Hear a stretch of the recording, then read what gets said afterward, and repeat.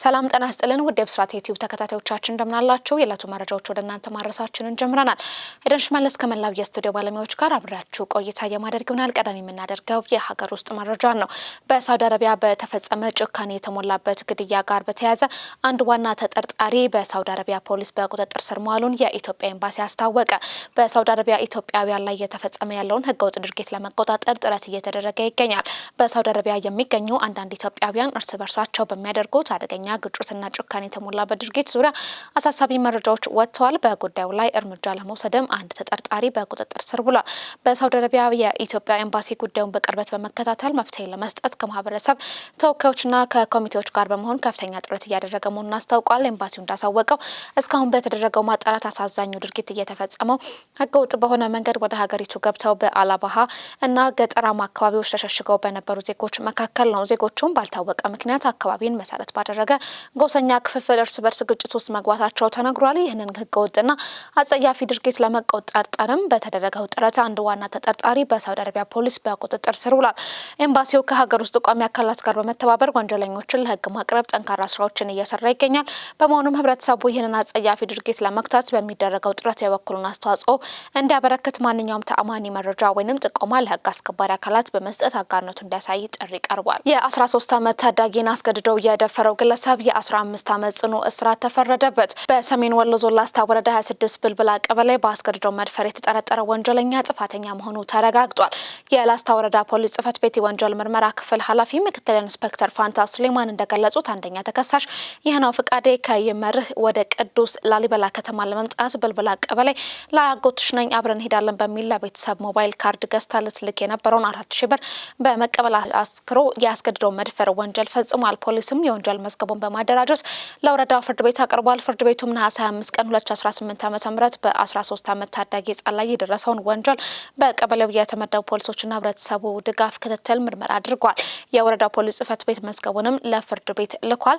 ለወንጀሉ ተባባሪ ናቸው ተብለው የተጠረጠሩ ሁለት ግለሰቦች ላይ የወንጀል ምርመራ ሲካሄድ ቆይቷል። ሁለተኛ ተከሳሽ እመዬ አጋሽ ቤቷ ውስጥ ድርጊቱ እንዲፈጸም በመተባበሯ በ11 ዓመት ጽኑ እስራትና በሶስተኛ ተከሳሽ ታደሰ ደማሙ ደግሞ አጎትሽ ነው በማለት ልጅቷ እንድትዘናጋ በማድረጉ በ10 ዓመት ጽኑ እስራት ተወስኖባቸዋል። ዋና ኃላፊው አክለውም የሴት ልጅ መደፈር በማህበረሰብ ዘንድ የጤና እክል የሞራልና ራስን የመምራት ተጽዕኖ ስለሚያስከትል እንደዚህ አይነቱ ወንጀል እናቶች፣ አባቶችና ወጣቶች በማውገዝ ህብረተሰቡ በተለይም ወጣቱ ራሱን እንዲጠብቅና የሃይማኖት አባቶች ትምህርት እንዲሰጡ ጠቁሟል። ወንጀሉ የሆኑ ድርጊቶች ሲፈጸሙ መረጃዎችን ለህግ አካላት ጥቆማ እንዲሰጡም መልእክታቸውን አስተላልፈዋል። ወደ ውጭ መረጃዎች አለፍን። በሱዳን ኮርዶፋን በተካረረው ውጊያ ከ200 ሺህ በላይ ሰዎች አዲስ ተፈናቃይ ሆነዋል ተባለ።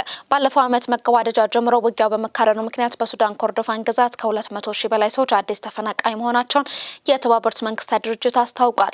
እንደ አይኦኤም መረጃ ከሆነ የኤል ኦቤድ ከተማን ጨምሮ በሼካን ወረዳ ያለው የመፈናቀል መጠን ላለፉት 8 ወራት ውስጥ በ25 በመቶ ጨምሯል። በኤል ኦቤድ ከተማ በተደጋጋሚ የተካሄዱ ውጊያዎችና በከተማ ዋና ኃይል ትራንስፎርመር ላይ የተሰነዘሩ የድሮን ጥቃቶች ሆስፒታሎችን ለማንቀሳቀስና የስልክ መስመሮችን ለማሰራትም የሚያስፈልገውን ኤሌክትሪክ ማቋረጣቸውን ድርጅቱ ገልጿል። በብሉ ናይል ግዛት ወደ 78 ሺህ የሚጠጉ ሰዎች ከመኖሪያ ቤታቸው የተፈናቀሉ ሲሆን የምዕራብ ዳርፉር ደግሞ በነሐሴ ወር የመጀመሪያ አጋማሽ ወደ 18 ሺህ የሚጠጉ ሌሎች ሰዎች መፈናቀላቸውን አይኦኤም አስታውቋል። በተጨማሪም በሰሜን ዳርፉር በሚገኘው ታዊላ አካባቢ በጣለው ከባድ ዝናብ ምክንያት ወደ 1350 የሚጠጉ ቤቶች ጉዳት የደረሰባቸው ሲሆን ከ1000 በላይ ቤተሰቦች መፈናቀላቸውን የተባበሩት መንግስታት ድርጅት አክለው ገልጿል። ጦርነቱ በሚያዝያ 23 ከተጀመረ ወዲህ በግምት 59 ሺህ ሰዎች የተገደሉ ሲሆን 8.6 ሚሊዮን ሰዎች ደግሞ በሀገር ውስጥ ተፈናቅለዋል። በተጨማሪም 4.2 ሚሊዮን በላይ ሰዎች ወደ ጎረቤት ሀገራት ተሰደዋል። እንደ ተባበሩት መንግስታት ድርጅት መረጃ ከሆነ ወደ 33.7 ሚሊዮን የሚጠጉ ሰዎች የሰብአዊ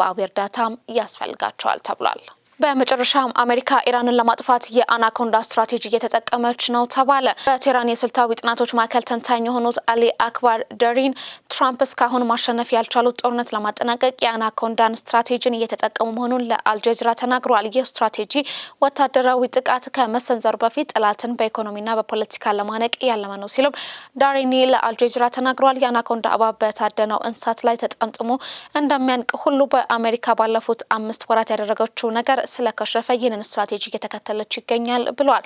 ሆኖም ዳሬኒ ኢራን ቀደም ሲል ማዕቀቦች መቋቋም የቻለች መሆኗን በመግለጽ አሁንም እንደገና እንደምትቋቋመው ተከራክረዋል። ትራምፕ ማሸነፍ በማይችሉበትና መውጣት በማይችሉበት ጦርነት ውስጥ ተዘፍቋል ማለታቸውንም አልጀዚራ ዘግቧል። ተመልካቾቻችን ስትከታተሉት የነበረው የሀገር ውስጥና የውጭ መረጃዎች እነዚህን ይመስሉ ነበረ። ከመረጃዎቹ ጋር ኤደን ሽመልስ ከመላው የስቱዲዮ ባለሙያዎች ጋር አብሬያችሁ ቆይታ አደረኩኝ። ሰላም።